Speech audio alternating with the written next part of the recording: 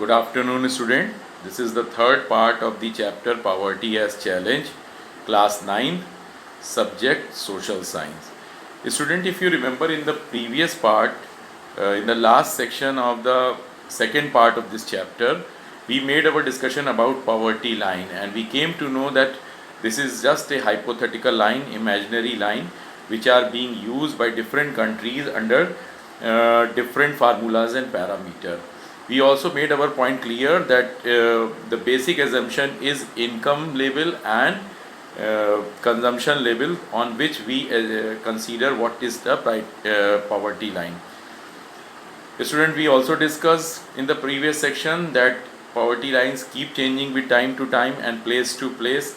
And as far as poverty lines in India, what we finalize that there are two parameter. Calorie intake is our parameter, but divided into rural and urban. In rural area, we are expecting 2400 calorie per person per day, and in urban area we are expecting 2100 calorie per person per day. If any person in rural and urban are taking more than this, they are definitely above poverty line. If below, they are below poverty line.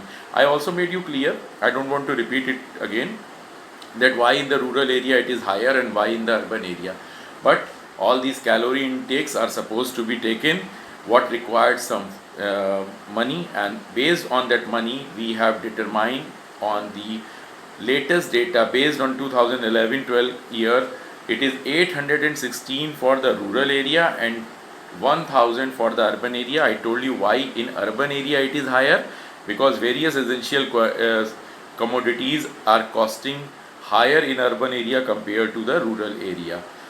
And then in the later part we made a discussion that poverty line is also revised periodically after every 5 years by the conducting of survey which is done by the National Sample Survey Organization. But student, apart from this, our World Bank also try to find a common poverty line across for the countries across the world, and presently it is 1.9 dollar per person per day. It is mentioned over here 1.9 dollar per person per day. Now here onwards we are moving to page number 32, student, where our next heading is poverty estimates. Here onwards, student, we will use lot of tables and graph to understand various conclusion, and we would try to draw these conclusion based on these data about the dimensions of poverty and the situation of poverty in India. So first, poverty estimate. If you remember, student, in the early part, in the very first part, I made you clear that poverty is estimated in two terms, in terms of percentage, and number two in terms of number of poor people.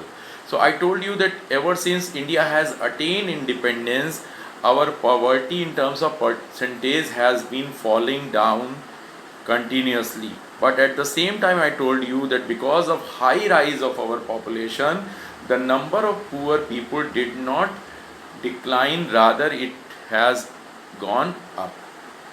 However, here you in the table 3.1, we have table 3.1 on page number 33, in which you will be finding that after 2004-5 CBSE, this NCERT book has updated the data, and as per this data, 2004-5 onward, now poverty in terms of number of poor people is also declining. That is a good sign. Let us find out what the data used to give. Please open page number 33 and find out the conclusion. Student, it is estimation of poverty in India, and some new methodology is used, that is Tendulkar methodology. Nothing being mentioned a lot about what this methodology is. There are two sections, poverty ratio and number of poor in millions mentioned for the year 93-94 onwards. That's why I'm saying that what I claimed earlier was from the beginning when the country attained independence, where I said that the percentage poverty in terms of percentage has been declining, but not in terms of poor people. Here in this table we are finding things contradictory. Here poverty is declining in terms of percentage. Let's find out what remain in terms of percentage. So it is divided into rural and urban, but I am taking only the total section. 93-94 it was 45%. After that it got reduced in 2004-5 to 37%. Then in year 2009-10 it got reduced to 30%, and year 2011-12 it got reduced to 22%. We can expect that in the near future it will be going below 20%. That's a very good thing, student. On the other side, from 93-94, what interesting change is there in the section of number of poor people? You can say that in 93-94 we had 404 million, approximately 40 crore people living below poverty line, which has further come down in 2004-5 to 407, which has actually increased. That's what I said. But here onwards, there is some good remarkable change. In 2009-10, we could find that 355 million, it has come down. It has started finally coming down in terms of number of poor people. Student, kindly take the table 3.1 in the poverty ratio section, rural, where percentage is written 507. You being a student of mathematics understand that it is not 507, it is 50.7. You can understand it. This data, please correct it yourself in your textbook whenever you get the hard copy. Reason is that percentage cannot go beyond 100% when measuring the poverty ratio. That is why it is 50.7%, or you can assume 50% roughly. I hope I made the point clear. In the first part, I said that poverty in terms of ratio is, in terms of percentage, is coming down after attaining independence. At that time, it was half of the population which remained poor. Now it has come down to 1/4, or you can say 25% approximately. But I also said that after independence, it was observed that number of poor people was not coming down, rather it was increasing because of the high increase in the population. What change in this table has come, that after year 2004-5, the even number of poor person in millions, what is mentioned, has started coming down. This is a good change. Our poverty estimates is making us aware that there are some good efforts taking place which is helping to reduce the number of poor people as per the record what are now shown by the economic survey of 2017-18. There is a section after this. Let's discuss. You are being asked question. That is why I made this point clear. Study table 3.1 and answer the following. Even if poverty ratio declined between 93-94 to 2004-5, why did the number of poor remain at about 407 million? I made the point clear, because the increase of the population is so high. That is why, though in terms of percentage, poverty has come down till 2004-5. After the trend is changing. But poor people are rising because high population, so even its lesser percentage may be giving the number of poor more than what the previous year had. That's one thing. Now second question. Now second question is, student, are the dynamics of poverty reduction the same in rural and urban India? You can yourself watch. It is not same. It is quite difficult, both in poverty ratio as well as number of poor in million. So we can find that poverty, the poverty is quite higher in the rural area compared to our urban area. You can say that seriousness of poverty is more visible in the rural area. Now moving to next heading, student, vulnerable group. Vulnerable group, vulnerability, we have already made the point clear. So we are measuring that which group are likely to remain more poor in the section. Look, I hope everybody is clear that we could find out number of people living below poverty line overall in the country. Now let us find out that do we have this below poverty line ratio among all the people in terms of social and economic group equally? Answer is no. You will find that certain social group and certain economic group are likely to be more in number, more in percentage, who are living below poverty line. A student, take the consideration of these data given in the terms of bar diagram on next page, page number on the page number 33. Bar this is sorry graph 3.1 bar diagram base, and you will find that average Indian poverty ratio is 22%.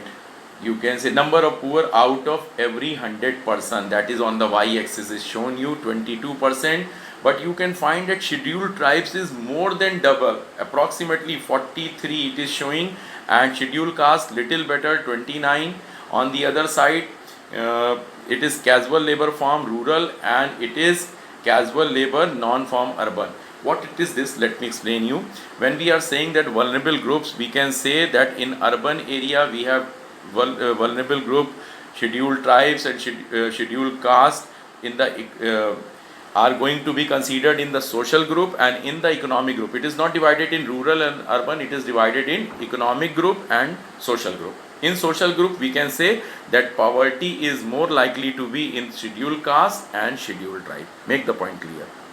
Second, in terms of economic group, we can say that rural landless laborer and urban casual worker, these are likely to be higher. So compared to the national average of poverty ratio, that is 22, these group are shown in the bar diagram in the graph 3.1, they are higher. It means there is a higher poverty existing in this group. So these group, scheduled caste, scheduled tribes, rural landless laborer and urban casual labor, are likely to be more poor.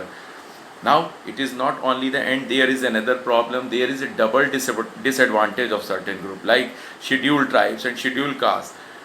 Being poor along with socially discriminated, they are in a more troublesome situation. Their position is not good because number one, they are facing the extreme poverty, and second, in the village area or in the surrounding wherever they are living, they are discriminated because of being considered poor. That's how, student, we could find out this particular section. However, there is one positive thing being already mentioned in your book, that poverty now is declining among scheduled caste.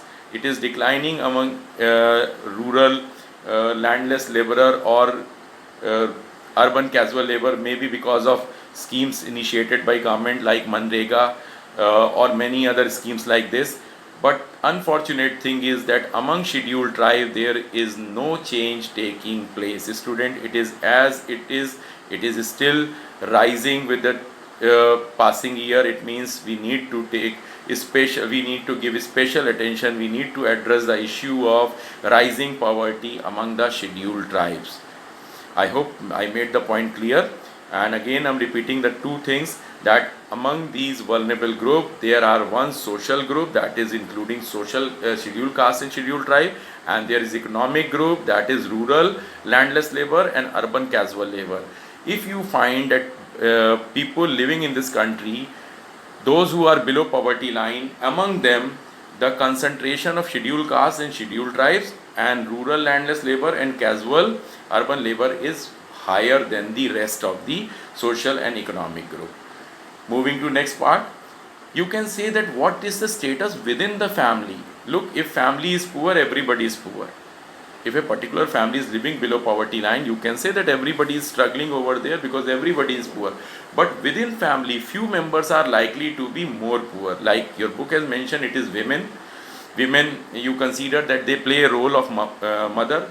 So in case if the family has not good enough to eat, it is the women or it is the mother who make the sacrifice, that she ensure that every member in the family gets, especially children, get sufficient to eat. And that is how women is likely to get very less compared to the remaining member of the family. There is another category of the elderly people, because they are not productive enough. Sometime because of poverty, these people are ignored in the country. Third category is female infant. In our country there is a gender discrimination what exists. So if among the poor family, we have seen one tendency that among the poor family, those who are living below poverty line, there are always a large size family, and in the large size family you find that if choice has to be taken, it is the discrimination done to the female infants or the girl child, because family thinks that the male counterpart, brother or the son is more important in terms of productivity in the coming days. So they are comparatively, I am saying the word comparatively, better than these groups in the family, like women, elderly people and female infant. That's how, student, we are completing this portion. Now taking the story of a village where there is a person. Let me find out what this story is. A story of a cobbler, that is Siva Raman. You have an image over here where he is thinking that I could not get enough money even in town. It will be difficult to send my children to school with such an irregular income. So what is the condition of this gentleman? Let us read. I suggest you that you read it yourself, but for your convenience I am giving an example that this cobbler is living in the Karur village of Tamil Nadu. And in this Karur village of Tamil Nadu, there are 100 families which used to live in the village, and this village is known for power loom or handloom production. Though by caste this person is cobbler, but he is not doing only a work of a cobbler, rather he is getting some odd work even in village as well as in the village as well as in the cities. Now student, what amount he is being paid? He is being paid 160 rupees per day, and that too only half the year, only 5 to 6 months, not more than that. So you can say this average goes further down.